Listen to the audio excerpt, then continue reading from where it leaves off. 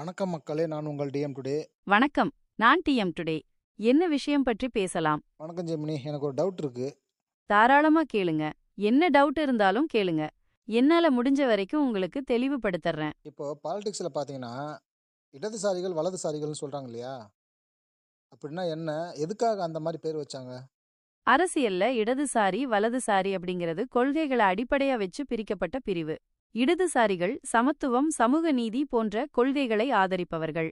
வலதுசாரிகள் பாரம்பரியம், தேசியவாதம் போன்ற கொள்கைகளை ஆதரிப்பவர்கள். இந்த பெயர்கள் பிரெஞ்சு புரட்சியின் போது உருவானது. சரி, பர்டிகுலராக எதனால் இடதுசாரிகள் வலதுசாரிகள்னு சொல்கிறாங்க? அதுக்கு என்ன காரணம்?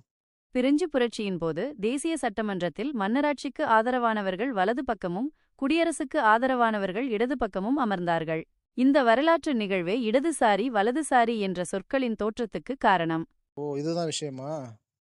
ரொம்ப நன்றி ஜெமினி, என்னுடைய சந்தேகத்தை தீர்த்ததுக்கு. பரவாயில்லை. வேறு ஏதும் சந்தேகங்கள் இருந்தா கேளுங்க. நான் உதவ தயாராக இருக்கிறேன். தேவைப்பட்டா கூப்பிட்றேன் ஜெமினி. தேங்க்யூ. நன்றி, வணக்கம். கண்டிப்பாக. எப்ப வேணும்னாலும் கூப்பிடலாம். நான் எப்பவும் உங்களுக்காக இருக்கிறேன். நன்றி, வணக்கம்.